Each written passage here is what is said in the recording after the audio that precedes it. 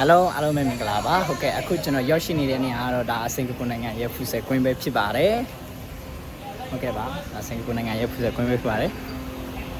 ဟုတ်ကဲ့ပါဗျာဒီစင်ကာပူနိုင်ငံရဲ့ဖူဆယ်ကွင်းအကြောင်းလေးမပြောခင်ဒီမှာရှိတဲ့ဒီညီကိုမော်နမများအားကစားလုပ်ရတာဝတ္တနာပါတယ်ညီကိုများ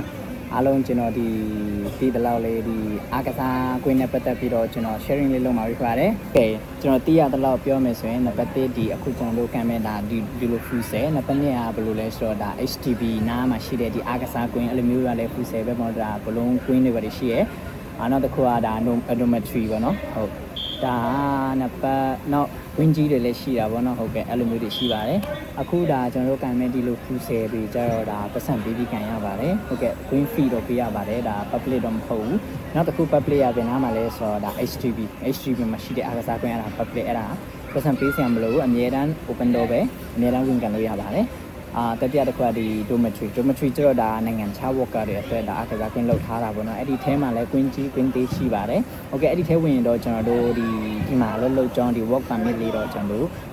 ပြပြီးဝင်ရပါတယ်အဲ့ဒီ dormitory ထဲဝင်ပြီးကစားမယ်ဆိုရင်တော့ပေါ့နော်ဟုတ်ကဲ့ပါဒီကွင်းကြီးတွေပါတွေကျတော့လဲ fee ပေးရပါတယ်ကွင်းကြီးအမှ scan school တွေမှာရှိတာပေါ့နော်အဲ school တွေပါတွေတန်းငားရတယ်အကြောင်းတွေမှာအားကစားကွင်းထားတာအဲ့ဒီအားကစားကွင်းကမှကိုကွင်းငားချင်တာလို့ဆိုအဲ့ဒါကွင်း fee ပေးပြီးကျွန်တော်တို့အားရတာပဲဖြစ်ပါတယ်ဟုတ်ကကွင်းကြီးကတော့ဒါ secondary school မှာရှိတာပေါ့နော်ပဲပါအခုကျွန်တော်တို့ဒါ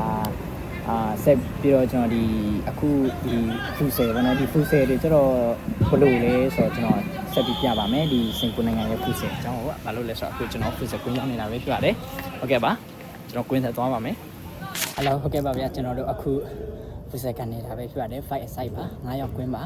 တစ်ဖက်9ရောက်ကန်နေတာပဲဖြစ်ပါတယ်ဟုတ်ကဲ့ဒီဖူဆယ်ကွင်းမှာဆိုရင်ကျွန်တော်တို့ကဒီဘောနော်ကွင်းကိုကျွန်တော်တို့ပို့ပြလာပေးကြရတယ်ကွင်းကိုပို့ပြီးတော့ကွင်းဖီကတော့ဒါတနင်္လာ90ပါစင်ကာပူဒေါ်လာ90ပဲပြရတယ်ဟုတ်ကဲ့ပါပြီးတော့နောက်တစ်ခုရှိတာမြန်မာနိုင်ငံနဲ့မတူတာဟိုဘာဗနက်စီလို့ရပါတယ်မြန်မာနိုင်ငံမှာဆိုရင်တော့ဒီလိုဘာဗနက်ပေးမစီပါဘူးစက်ကွင်းရတော့လေ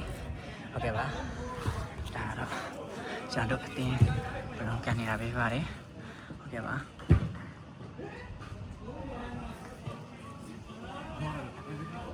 ဟုတ်ကဲ့ပါပြီးတော့နောက်တစ်ခုရှိတာဒီ